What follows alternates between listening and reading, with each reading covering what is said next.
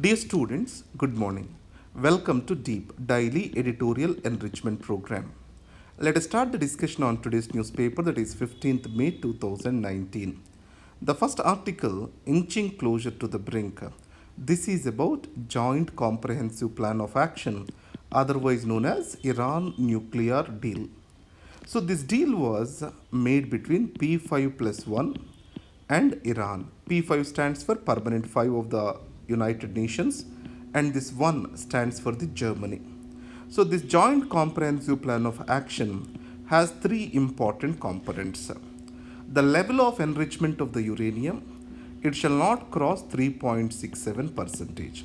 It means that Iran should possess only low enriched uranium which will be used in the nuclear reactors. And the second thing, the total amount of the uranium Iran shall process shall not cross 300 kg. And total amount of the heavy water which Iran shall possess shall not be more than 130 million tons. So, heavy water, total amount of low enriched uranium, amount of enrichment, on everything they have conditionalities. Now, President Obama claimed Iran nuclear deal as the most successful achievement in his foreign policy. But Trump was always against to the Iran nuclear deal and he felt that it was the most liberal offer which was given to the Iran. So finally, he made the United States of America to move out of the joint comprehensive plan of action.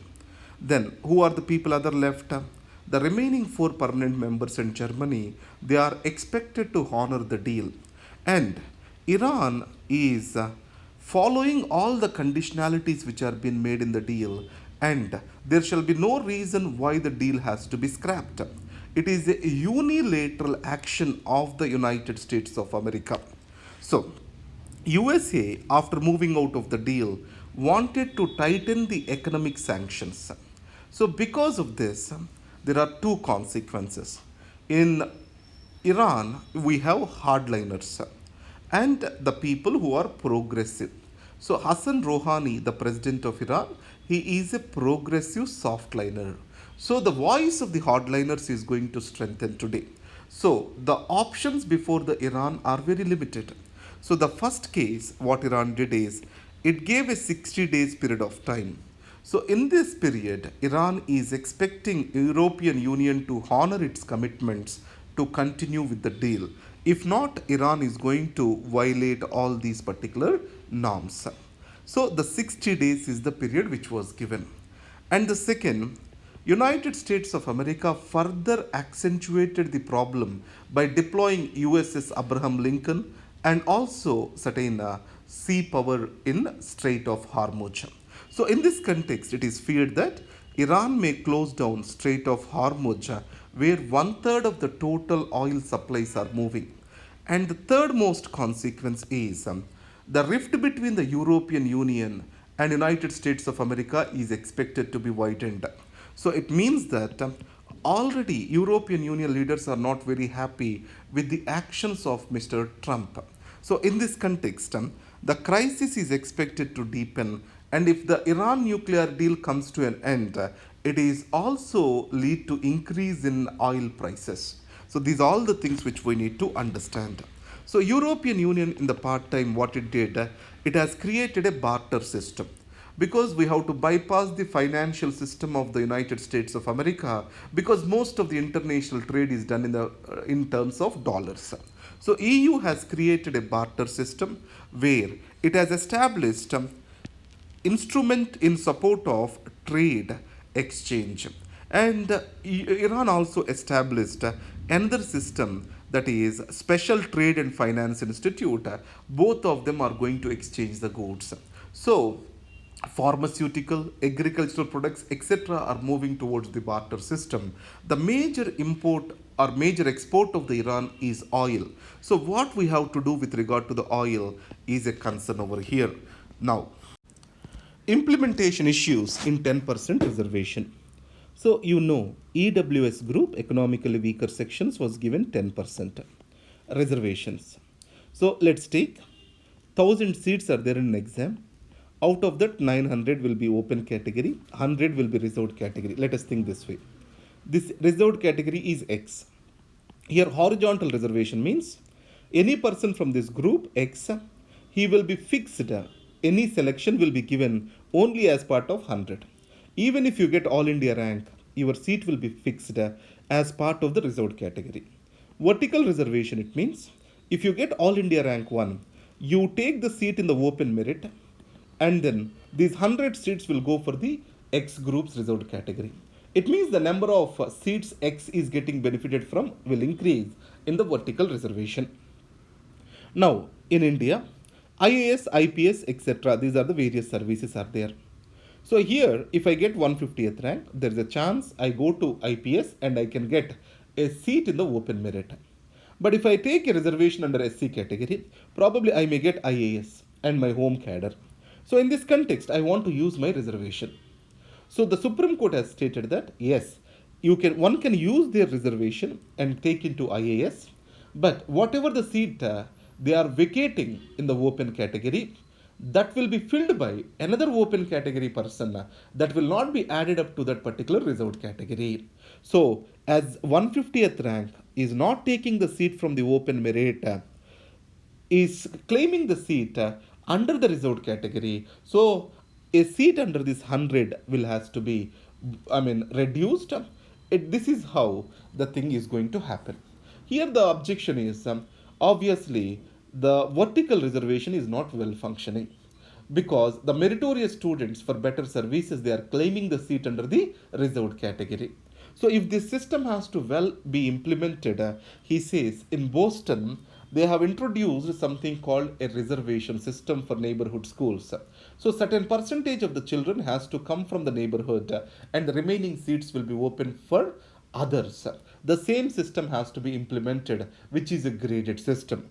In this article, though he did not explain it in full, it is a kind of preferences and scoring will be given based on that particular scoring. The allotment of the seats happens under the reserved and open category. Facing the climate emergency. So, climate emergency, this word is recently declared by UK Parliament. So, UK Parliament has started taking a few steps to face the climate change. So, first, the climate change, whom it is affecting the worst? The developed or developing countries. So, developing and underdeveloped countries are facing the worst climate change risks. So if you say Norway, Sweden, their productivity or the benefits to them under the climate change plan have increased. But in the case of India, actually the risks are increasing. And the second, the global corporate elite, are they are sensitive to climate change? No. So global corporate elite, either local or foreign, they are trying to take the benefit of the climate change. So here we need to remember P. Sainath's article that whenever there is a destruction, the corporate companies' shares go up, because more the destruction is, more will be the reconstruction, more will be the contracts, more the contracts are, more will be the profits. So the corporate elite are not sensitive to the climate change. And the third most important thing is today we have 415 parts per million carbon dioxide in the atmosphere. Most of this is the responsibility of the Western world. The Western world is taking responsibility today for its carbon accumulations by transferring the technology and finances to the developing countries to mitigate and cope up? No. And finally, the developing countries are going an extra inch. The glaciers in Arctic are melting. So that's why new shipping lines are getting opened up. New reserves of minerals, uranium and various crude, all these are getting opened up in this continental shelf. So these countries started fighting for these reserves, which are opening up on the new land after the melting of the ice. This all shows our insensitivity towards the climate change. That is what this article talks about. Leaders and growth. What kind of leaders will ensure growth? So here, democracy and an autocratic style of leadership. So an autocratic leader who has permanency, relative permanency, he is not much worried about the economic growth. But under a democratic leader, an educated leader, the economic growth is high. And second, in India, if we observe, we believe that a strong leader is necessary for economic growth. Most of the corporate world believes a strong leader is necessary for economic growth. The reason is the decisiveness and the quick decision making will happen. But in India, if we observe, the economic growth rates under various coalition factions was close to the economic growth under a strong leadership. So, in that context, collective decision making and educated and progressive leadership will better ensure the economic growth. That's what this article states. Missing demand. In India, across the sector, the consumer demand is falling. Few days back, there is an article in Hindu which says that the automobile sales, the vehicle sales, car and bike sales, have come down by 16%. It is kind of worst. And the second, index of industrial production, which shows the health of the manufacturing sector in India, it is also going down. So the way forward for India is to revive this economic growth. So the biggest challenge for the upcoming government is to revive the consumer demand. Miles to go. This is about African National Congress. So this African National Congress is the legacy of Nelson Mandela. It is known for its fight against apartheid. The percentage of the votes of African National Congress are drastically coming down. So, Nelson Mandela, after that Jacob Zuma. During Jacob Zuma, what happened is corruption in African National Congress grew. In this context, the Gupta brothers' rise and their capture of the entire business and development of local elite, these are the major failures. So, in this context, the state capture is the word which is used. State capture means the government and the state apparatus is captured by various interest groups. And the state capture is the reason for growth in corruption. And this corruption is the reason for the loss of credibility and image of African National Congress. Under Cyril Ramaphosa, this is expected to be revisited. So Cyril Ramaphosa is talking about good governance and reviving the economic growth. This can only happen if he is able to fight the corruption. Finally, thank you very much. Have a good day.